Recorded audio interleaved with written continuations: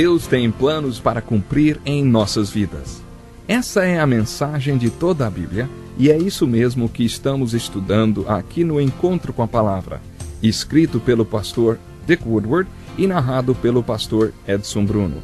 Fique atento a mais um programa que o Ministério Cooperativo Internacional leva a você. Com você agora, pastor Edson Bruno.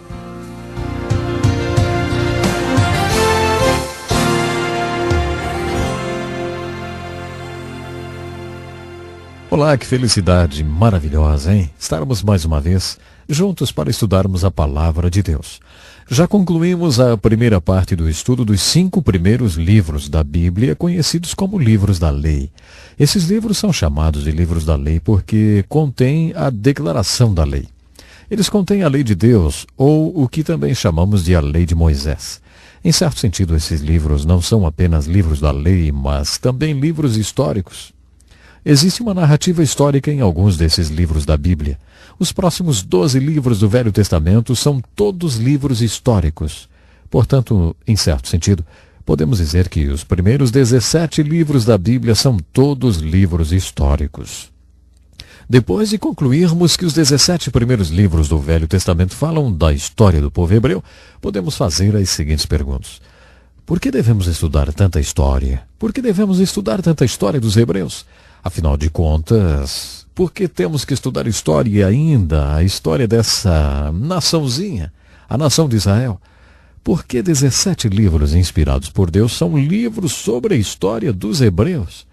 Há várias respostas para essas perguntas. Uma delas já foi mencionada várias vezes. Essas coisas aconteceram e foram escritas como advertência para nós que vivemos o fim dos tempos. O apóstolo Paulo fez essa afirmação na primeira carta aos Coríntios, capítulo 10, versículo 11. Muitos acreditam que, apesar de estar no Novo Testamento, esse versículo é um versículo-chave para o Velho Testamento, especialmente para a sua narrativa histórica. Todas essas coisas aconteceram com eles. Eles são história, não são apenas mitos ou folclore. Essas coisas aconteceram ao povo de Israel.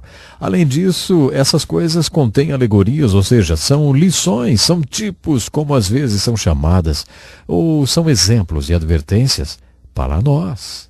Portanto, lemos a história dos hebreus procurando exemplos. Quando o povo hebreu obedeceu a palavra de Deus e aplicou as exortações de Moisés, Deus os abençoou e eles se tornaram exemplos. Quando eles não obedeceram a palavra de Deus, viveram sobre a maldição de Deus. E suas vidas rapidamente tornaram-se advertências para você e para mim que vivemos o fim dos tempos. Essa é uma das razões pelas quais estudamos a história dos hebreus. Tudo o que aconteceu a eles aconteceu para nossa edificação, como exemplo para seguirmos ou como advertências que devemos considerar. Outra razão pela qual a Bíblia dedique tanto espaço à história dos hebreus é porque eles são o povo escolhido de Deus por meio do qual todas as nações da terra são abençoadas, como a vinda do Messias. Exatamente. A vinda do Messias serviu para abençoar todas as nações da terra. Quando Deus decidiu vir a esse mundo e tornar-se homem, ele não se tornou um homem branco ou preto, vermelho ou amarelo. Ele criou uma nação especial, com o propósito único de vir a esse mundo. Quando ele comissionou Abraão para ser o pai desse povo, ele disse: "Em ti serão benditas todas as nações da terra." A história do povo hebreu é tão importante porque foi através dele que o Messias veio. Além disso, foi através dessa nação especial que a palavra de Deus chegou até nós. Paulo destacou isso em suas epístolas no Novo Testamento. O povo hebreu é especial, não só porque o Messias veio através dele e através do Messias a nossa salvação e redenção vieram, mas também porque através desse povo escolhido recebemos os oráculos de Deus, ou a palavra do próprio Deus. É uma história especialíssima. Há outra razão para a história dos hebreus ser tão importante. O último capítulo ainda não foi escrito. Por isso, tenha paciência comigo. Em nosso estudo do livro de Deuteronômio, deixamos de abordar um dos mais importantes discursos de Moisés, registrado no final do livro, através do qual ele proferiu uma profecia muito importante relativa a Israel. Moisés profetizou o cativeiro de Israel. a dispersão e o retorno de Israel à sua terra. Ele afirmou que haveria um retorno geográfico de Israel à Terra Santa. Israel tornou-se uma nação em 1948. Ezequiel, Jeremias, Isaías e Moisés profetizaram esse retorno.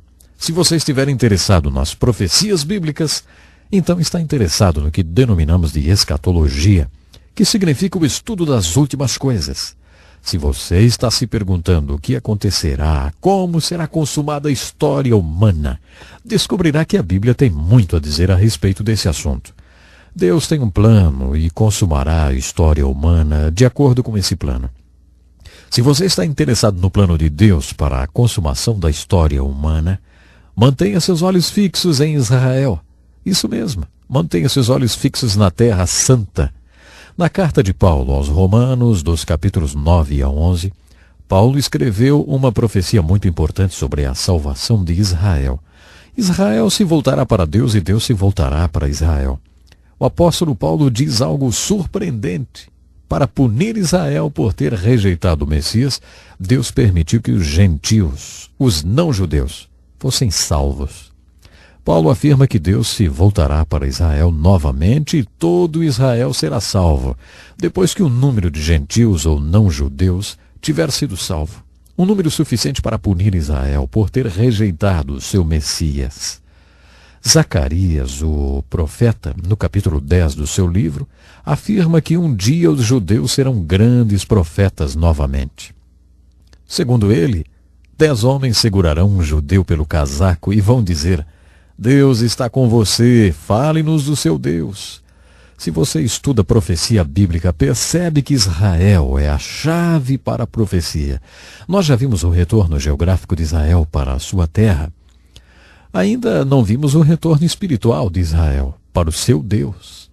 Já percebemos alguns movimentos emocionados nessa direção. Há alguns acontecimentos realmente interessantes, como, por exemplo, as sinagogas messiânicas.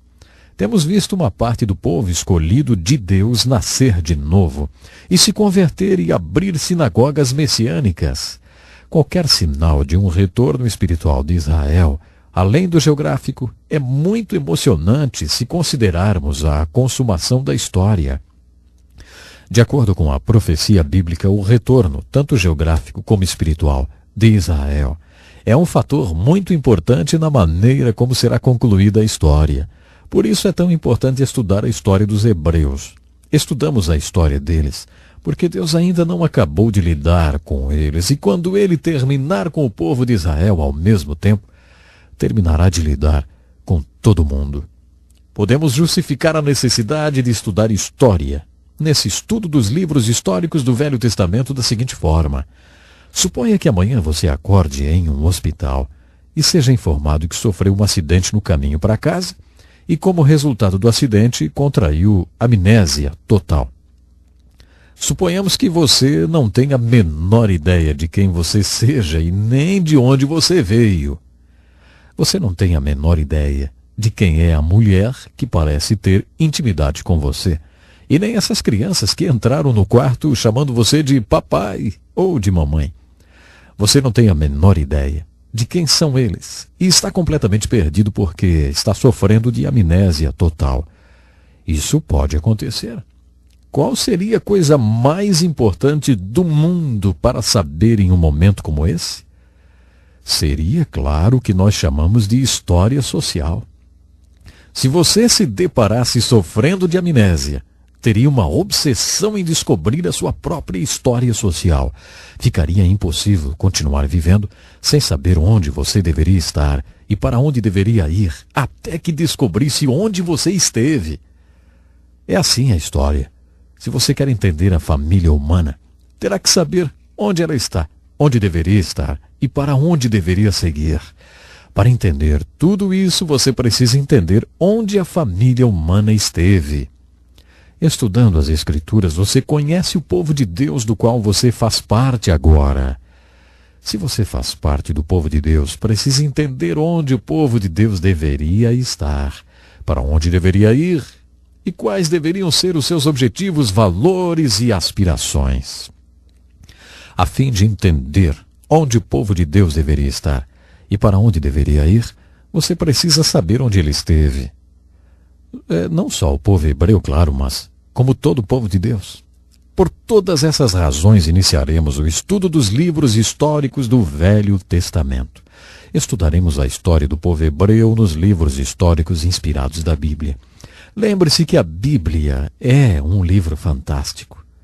Ela faz que você possa se lembrar que a história do povo hebreu iniciou-se com Deus. De acordo com o livro de Gênesis, que o grande livro de Gênesis fala para nós.